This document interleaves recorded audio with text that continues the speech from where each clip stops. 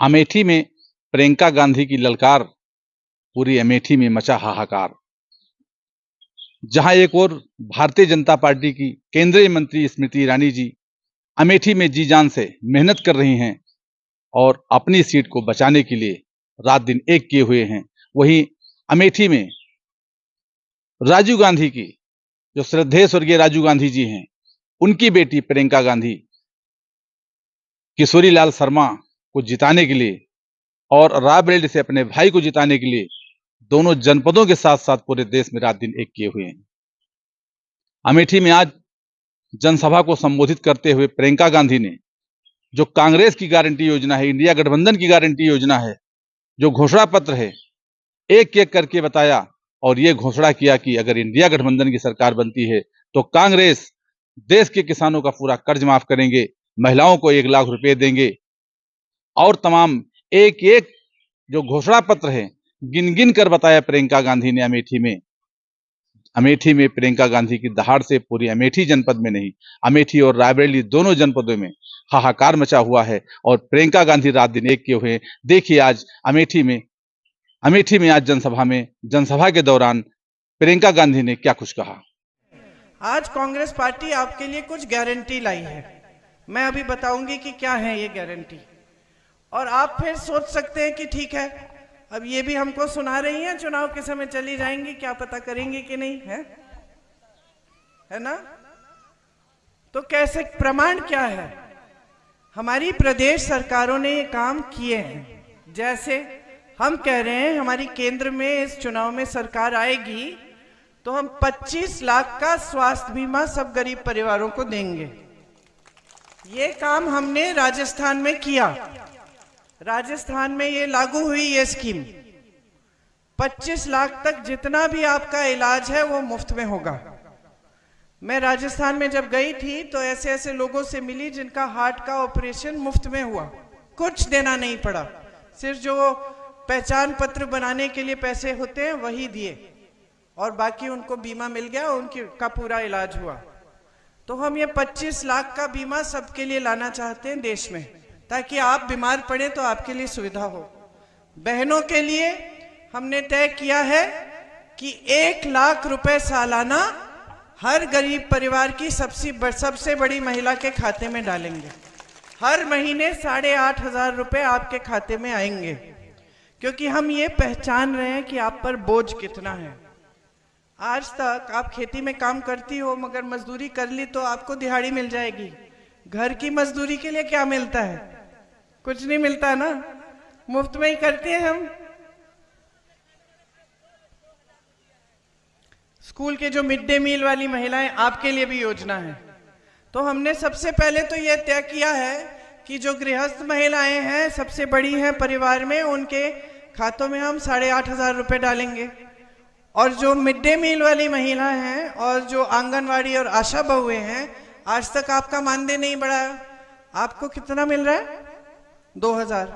आपको तो 2,000 मिल रहा है, बहुत महिलाओं को मिलता भी नहीं है, पूरा नहीं मिल रहा है, बीच से कोई ले भी रहा है। आप आशा बहु हैं, आप एक महिला को 9 महीनों के लिए आप देखभाल करते हो और जब उसकी डिलीवरी होती है तभी आपको उसके मिलते हैं पैसे, है कि नहीं। और कभी कभी मैं जानती हूँ कि डॉक्टर पूरे नहीं देते, सच बात है कि नहीं, है ना। तो आपके लिए हमने तय किया है कि केंद्र से जो राशि आती है आपके मानदेय के लिए, उसको हम दुगना कर देंगे, तो आपके मानदेय बढ़ जाएंगे। और महिलाओं के लिए 50% सारे सरकारी जो रोजगार है वो महिलाओं को मिलेंगे। तो जो पहले से आरक्षण है, मतलब ओबीसी एससी जो आरक्षण है वो रहेंगे, उनके अंदर ओबीसी महिला एससी महिला को 50% रोजगार देंगे। नौजवानों के लिए, आप स्नातक पास होंगे तो आपके लिए एक अप्रेंटिसशिप का प्रोग्राम लाएंगे, जिससे आपको बड़ी बड़ी सरकारी कंपनियों में अप्रेंटिसशिप मिलेगी और आपकी पहली नौकरी पक्की हो जाएगी। 1 लाख रुपए सालाना आप कमा लेंगे। ये आपका अधिकार बन जाएगा, कानूनी अधिकार बनेगा। आपके लिए 5,000 करोड़ का फंड निकालेंगे ताकि आप अपना कारोबार शुरू करना चाहें तो कर पाएंगे, उससे सुविधा मिलेगी। पेपर लीक के खिलाफ सख्त से सख्त कानून लाएंगे कि सख्त कार्रवाई होगी कोई किसी ने घोटाला करने की कोशिश की तो। किसानों के लिए आपके सारे सामान जीएसटी से मुक्त कर देंगे। आपको न्यूनतम समर्थन मूल्य नहीं मिलता, न्यूनतम समर्थन मूल्य आपका कानूनी अधिकार बन जाएगा और आपके कर्ज माफ होंगे। कर्ज माफी के लिए एक स्थायी आयोग बनेगा जिससे जब जब आप संकट में हैं आप मदद मांग सकते हैं। ये सब काम हम आपके लिए करना चाहते हैं और इससे ज्यादा काम भी है हर वर्ग के लिए। हर जैसे कोई प्रोफेशनल्स है, मिडिल क्लास है, सबके लिए हमारे न्याय पत्र में हमने लिखा है हम न्याय देना चाहते हैं। इस देश की जनता के साथ मोदी जी की सरकार ने बहुत अन्याय किया है, आपको गरीबी की खाई में छोड़ दिया है और बड़े बड़े खरबपतियों को और अमीर बनाया है। उनकी के लिए सारी नीतियां बन गई हैं। तो ये बात आप गहराई से समझिए। आवारा पशु की बात की मैंने, आपको मालूम है छत्तीसगढ़ में हमारी सरकार थी, इसी तरह से आवारा पशु ने आतंक फैला रखा था। तो छत्तीसगढ़ के मुख्यमंत्री जी ने तय किया कि हमें इस समस्या को सुलझाना है, तो उन्होंने गौशालाओं को बहुत मजबूत कर दिया। तो गौशालाओं में सारी सुविधाएं दे दी। यहाँ की गौशाला देखिए आपने, ये धर्म की बात करते हैं, गौ माता की बात करते हैं और गौशाला में छप्पर तक नहीं लगाते, पानी नहीं है, चारा नहीं है, गैया ऐसे ही लेटी हुई है धूप में, मर जा रही है। मैंने देखे वो वीडियो, 2 साल पहले निकले थे सारे, 50 गाय ऐसे ही सूख के मर रही थी। कोई कुत्ते खा रहे थे उनके घाव, बुलडोजर से उनको दफनाया जा रहा था। वहां छत्तीसगढ़ में हमने अच्छी अच्छी गौशालाएं बनाई, उसमें महिलाओं को रोजगार दिया ताकि जो दूध मिल रहा था वो गांव तक पहुंच पाए।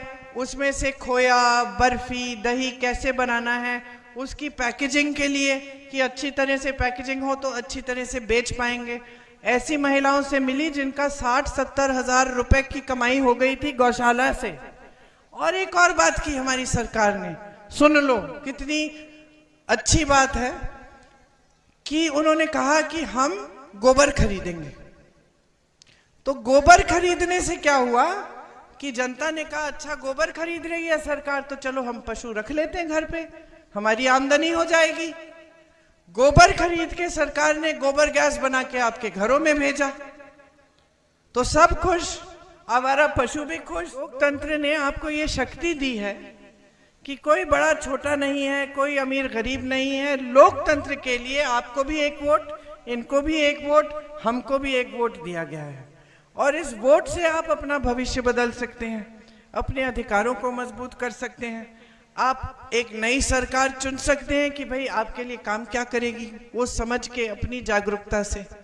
तो यहाँ की परंपरा जागरूकता की रही है, लोकतंत्र को मजबूत रखने की रही है।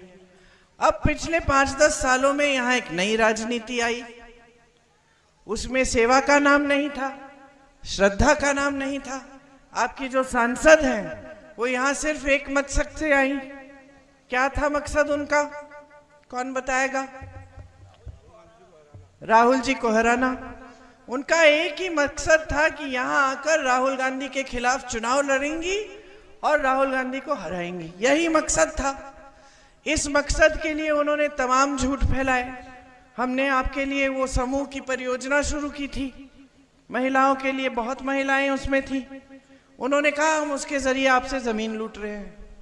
सारा पूरे देश में फैला लिया कि हम जमीन लूटने के लिए ये परियोजना बनाई। तो अब जितनी भी महिलाओं को लाभ हो रहा था उन परियोजना के होने से, बंद हो गया। परियोजना ही आस्ते बंद करनी पड़ी, तमाम केस डाल दिए उन पे। उनका मकसद हमेशा से नकारात्मक रहा है, कोई सकारात्मक मकसद नहीं रहा। तो यहाँ इसलिए नहीं आए क्योंकि आपके प्रति श्रद्धा थी या आपके साथ एक रिश्ता था या फिर आपका विकास कराना था। वो तो यहाँ इसलिए ही आई अपने राजनीतिक मकसद को पूरा करने के लिए। बस मकसद पूरा हो गया, पिछले चुनाव में भैया हार गए, तो फिर विकास, काम, सबका नामो निशान नहीं। सिर्फ जब टीवी वाले आते हैं, मीडिया वाले आते हैं, तब आती हैं सामने और फिर भी झूठ फैलाती हैं।